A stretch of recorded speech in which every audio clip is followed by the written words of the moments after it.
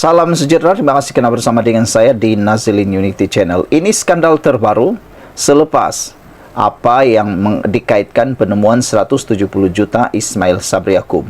Skandal ini skandal yang juga luar biasa. Video skandal Sabah baru RM350,000 muncul, speaker dakwa bohong.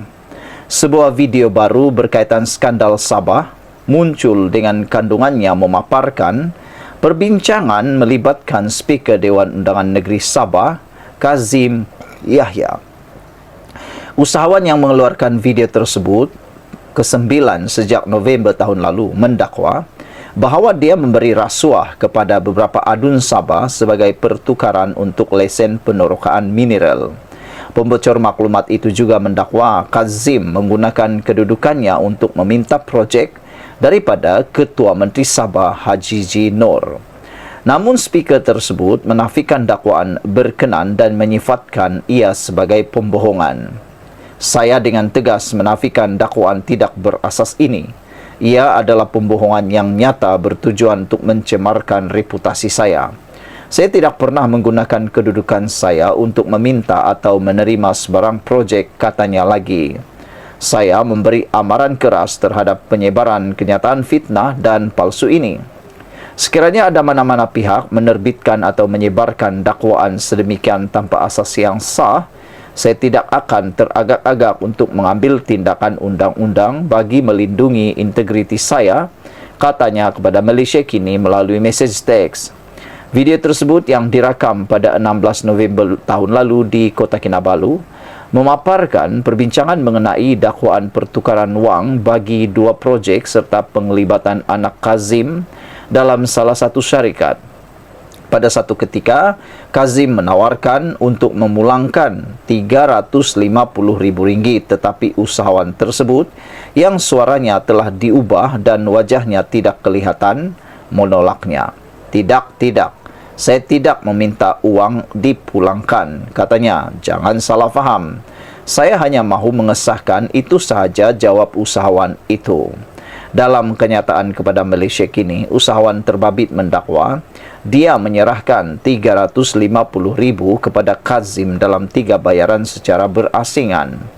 Bayaran pertama RM200,000 didakwa dibayar pada 22 Mac 2023 kira-kira jam 4 petang di Sutra Harbour Marina and Court Club Kota Kinabalu. Bayaran kedua pula dibuat RM100,000 didakwa bertukar tangan pada 27 Mei 2023 sekitar jam 9 malam di Channa Restoran Hilton KL Central Kuala Lumpur. Bayaran ketiga pula adalah berjumlah RM50,000 didakwa diberikan pada jam 10.30 pagi 31 Mei 2024 di Dom Restoran Bangsar Shopping Center Kuala Lumpur. Usahawan tersebut mendakwa RM300,000 itu diberikan untuk permohonan pajakan tanah bagi perlombongan pasir silika seluas 1,550 hektar di Pulau Balambangan, daerah Kudat. Manakala RM50,000 lagi untuk permohonan lesen meninjau mineral arang batu, emas dan tembaga di kawasan seluas 13,000 hektar di hutan simpan Apua, Sungai Pinangah, daerah Tongod. Tuntut 3 juta 50% saham. Dia juga mendakwa Kazim menuntut 3 juta ringgit dan saham percuma 50% dalam syarikat yang mengemukakan permohonan untuk projek perlombongan pasir silika. Pada mulanya saya tidak bersetuju dengan tuntutan tersebut. Namun Kazim mendesak bahawa tanpa pengaruh dan sokongannya, saya tidak akan dapat walau sekecil mana projek ini diluluskan untuk syarikat saya. Untuk mendapatkan projek ini, saya tiada pilihan selain mematuhi tuntutannya dan saya akan meminta agar saham percuma itu dikurangkan kepada 49%, katanya. Dari Mac hingga Mei 2023, saya terpaksa membayar 10% daripada 3 juta ringgit atau RM300,000 kepada Kazim untuk memproses permohonan ini, tambahnya.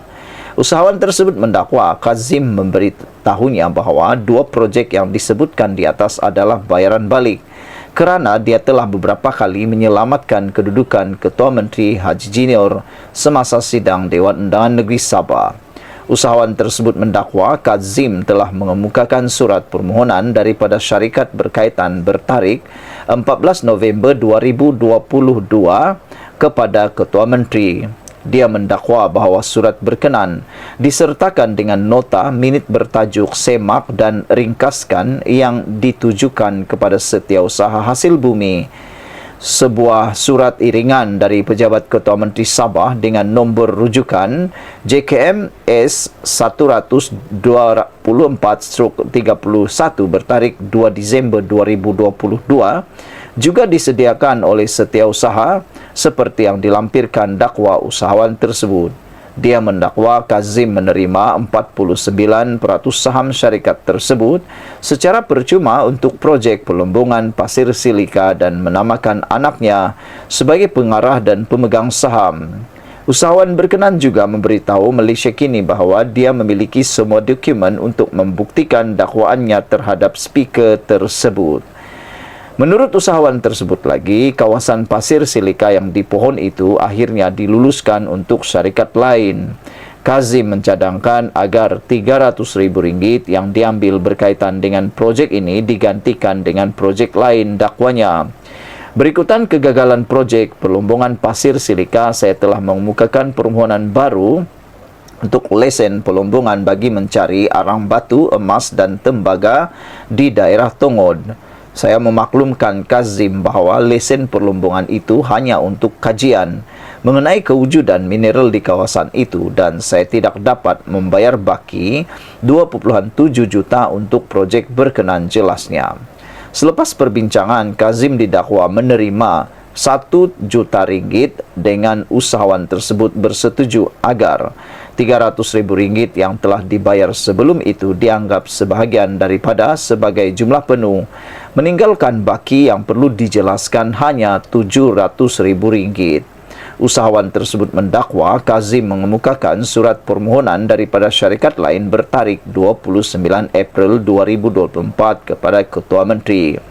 Ini disertakan dengan nota minit yang menyatakan sila semak tiada halangan jika teratur yang ditujukan kepada Ketua Pegawai Eksekutif Sabah Mineral Management Sdn Berhad, dakwanya. Usahawan itu mendakwa kelulusan bagi lesen penerokaan yang dikeluarkan pada Jun 2024 telah dibatalkan tanpa sebarang justifikasi pada 25 September.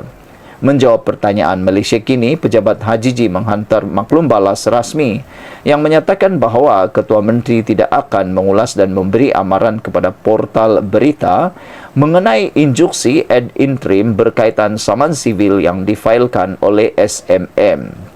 Haji Ji mendakwa bahawa pembocor maklumat tersebut sedang bekerjasama dengan pihak-pihak berkepentingan untuk melemahkan pentadbirannya dengan melepaskan video-video tersebut. Dia juga menyarankan bahawa usahawan terbabit mungkin terlibat dalam kartel yang berusaha untuk memonopoli pelumbungan di Sabah dan menggunakan cara-cara penipuan untuk mencapai objektif tersebut. Usahawan tersebut sebelum ini mencabar Ketua Menteri dan adun berkaitan untuk menyamannya atas dakwaan fitnah atau membuat laporan polis mengenai video-video tersebut. Ten kata dalam ruangan komen, bohong apa, orang ada WA message dan video, engkau ada apa bukti? Mulut you sebagai bukti, soalnya lagi. Sekian dulu untuk kali ini, jangan lupa tinggalkan komen Anda.